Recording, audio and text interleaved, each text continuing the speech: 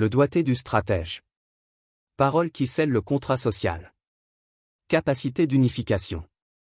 Pour un stratège, la communication constitue un pivot déterminant de la bonne gouvernance.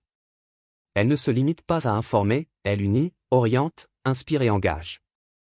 Dans le contexte africain et béninois, marqué par des défis sociaux, économiques et politiques complexes, la parole devient un outil central de cohésion et de direction stratégique. Si les leaders veulent transformer durablement leur nation, leur parole doit être crédible, cohérente et mobilisatrice. L'histoire politique récente du Bénin en offre une illustration significative. Chaque période démocratique a été portée par des mots d'ordre forts, capables de canaliser les énergies nationales. Sous Nicéphore Soglo, l'accent a été mis sur les réformes institutionnelles. Avec Mathieu Kérékou, la priorité a été donnée à la stabilité et à la consolidation nationale. Sous Boni Yayi, le mot d'ordre était le changement, et avec Patrice Talon, la dynamique s'est articulée autour de la rupture et du nouveau départ. Dans cette logique de structuration, le président Patrice Talon a également engagé une réforme du système partisan, visant à rationaliser le paysage politique, renforcer la crédibilité des acteurs et instaurer un cadre plus rigoureux de sélection des responsables publics, en vue de sceller durablement le contrat social, démontrant ainsi sa capacité à renforcer l'unification nationale. Conscient de cette exigence de responsabilité, tant pour les citoyens que pour les institutions, le groupe Kloubou inscrit son action dans une vision fondée sur l'interdépendance et l'engagement collectif. Car le développement d'une nation ne repose pas sur des actions isolées, mais sur la capacité à aligner les volontés autour d'un objectif commun.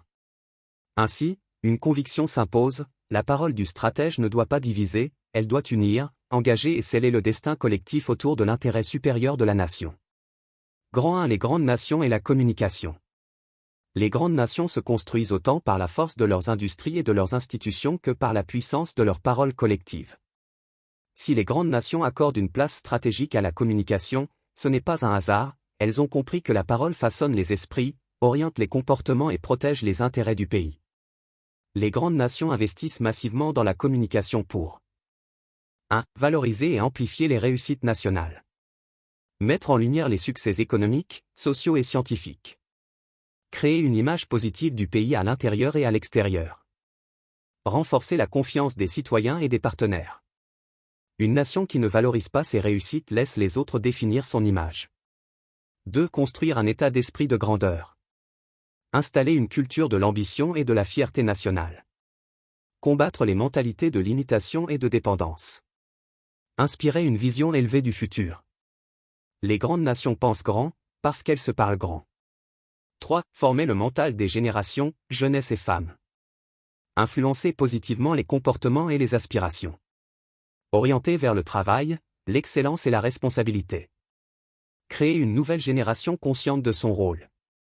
La communication devient un outil silencieux de formation des générations. 4. Protéger et défendre les intérêts du pays. Maîtriser le narratif national face aux influences extérieures. Éviter la désinformation et les manipulations. Défendre les choix stratégiques du pays. Une nation qui ne contrôle pas sa parole finit par subir celle des autres. 5. Maintenir la cohésion et la stabilité nationale. Éviter les discours qui divisent. Renforcer le sentiment d'appartenance. Stabiliser le climat social et politique.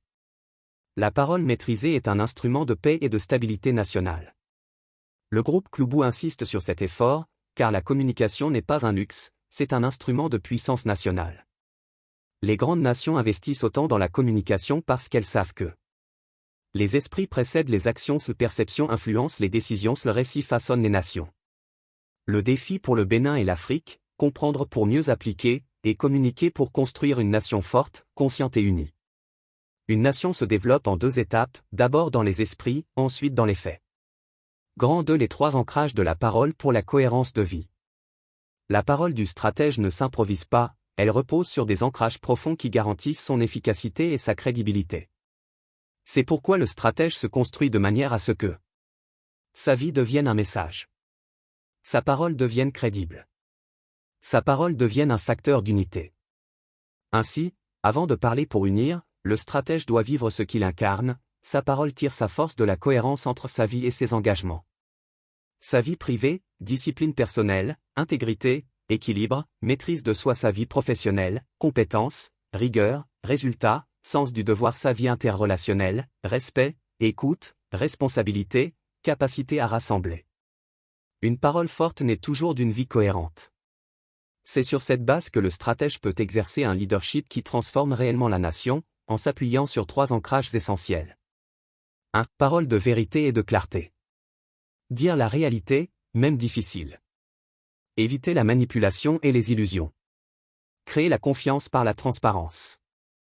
Une nation progresse lorsqu'elle a le courage de regarder la vérité en face. 2. Parole d'unité et de rassemblement. Éviter les divisions ethniques, politiques ou sociales. Construire un « nous » national, faire primer l'intérêt collectif sur les intérêts particuliers. La parole du stratège est un instrument de cohésion nationale. 3. Parole d'engagement et de direction. Donner un cap clair. Assumer les décisions publiquement. Mobiliser vers l'action. La parole du stratège engage la nation et trace le chemin à suivre. Grand 3. Nelson Mandela et la réconciliation nationale. Dans les années 1990, l'Afrique du Sud sortait d'un apartheid profondément diviseur. La parole du stratège Mandela choisit la réconciliation plutôt que la revanche, la cohésion plutôt que la division. Il rassemble toutes les communautés autour d'une vision nationale. Il assume publiquement les choix difficiles. Il engage la nation dans la construction d'un avenir commun. Résultat, une transition pacifique, une confiance retrouvée et un « nous » national consolidé. Leçon, la parole stratégique peut réellement sceller le contrat social et transformer une nation. Grand 4, la parole fondatrice du contrat social vision du groupe Clubu. La parole du stratège ne se limite pas à orienter ou à mobiliser, elle constitue le socle du contrat social entre l'État et les citoyens. La parole doit structurer une relation de confiance, d'exigence et de responsabilité partagée.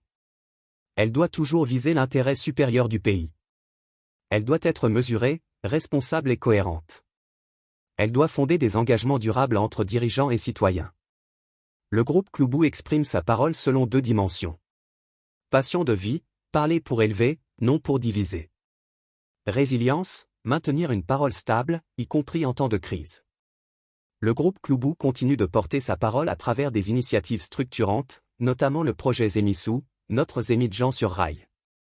Cette vision ne relève pas d'une simple ambition technique, elle est l'expression d'une parole engagée, qui traduit en acte la volonté de transformation nationale. À travers Zémissou, la parole du stratège devient concrète, elle anticipe les besoins, organise les mobilités, intègre les dimensions technologiques et communicationnelles, et projette le Bénin dans une dynamique de modernité et de grandeur.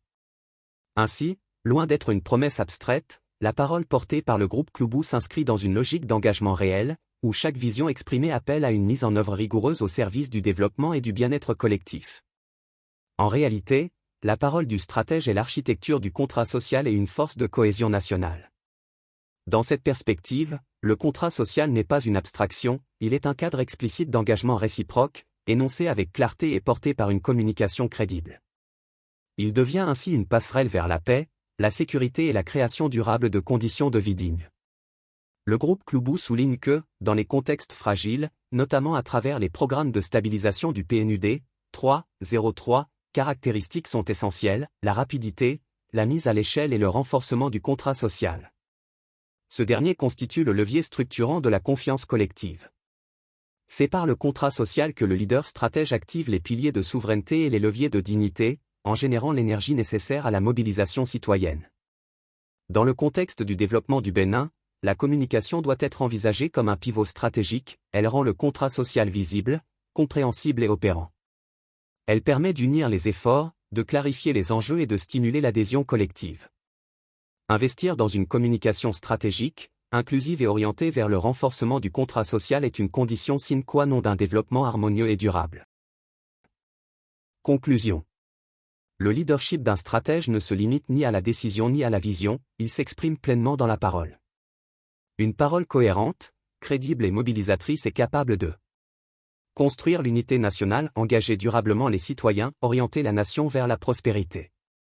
Le groupe Clubu insiste, pour le Bénin et l'Afrique, le message est clair. Nous devons faire de la parole stratégique un instrument de puissance et de cohésion, et agir collectivement pour transformer les esprits avant de transformer les faits. C'est intentionnel. C'est patriotique. C'est stratégique. La parole qui scelle le contrat social ne se limite pas à être prononcée, elle engage, elle oblige et elle élève. Elle appelle à l'écoute, sanctionne le faux et ouvre à la grâce. Ainsi se construit une parole juste, fondement d'une nation unie, forte et digne. Dès lors, une question essentielle s'impose, qu'est-ce que le président Patrice Talon ne nous a-t-il pas déjà exprimé? Certes, il est impossible de maîtriser l'ensemble des contours d'une décision, mais pour une nation, la parole qui émane du cœur doit susciter l'adhésion et engager durablement l'implication du plus grand nombre. La langue est l'un des organes les plus difficiles à maîtriser. Le groupe Cloubou en est conscient.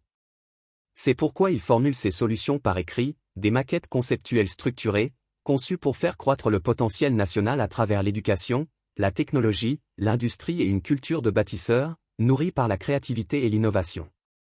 Leur mise en œuvre au Bénin permettra de générer des percées structurantes, créatrices d'opportunités durables d'emploi et de travail, notamment pour la jeunesse et les femmes. C'est dans cet esprit de responsabilité et d'engagement national que s'ouvre une nouvelle étape, préparer Agboessi Cloubou pour la gouvernance. Comme le rappelle le livre des Proverbes. Mon fils, sois attentif à mes paroles, prête l'oreille à mes discours. Proverbe 4h20. Et encore. Le faux témoin ne sera pas tenu pour innocent, et celui qui profère des mensonges n'échappera pas. Proverbe 19, 5. Enfin, dans le livre des Psaumes. Louez l'Éternel, car il est bon, car sa miséricorde dure à toujours. Psaume 136,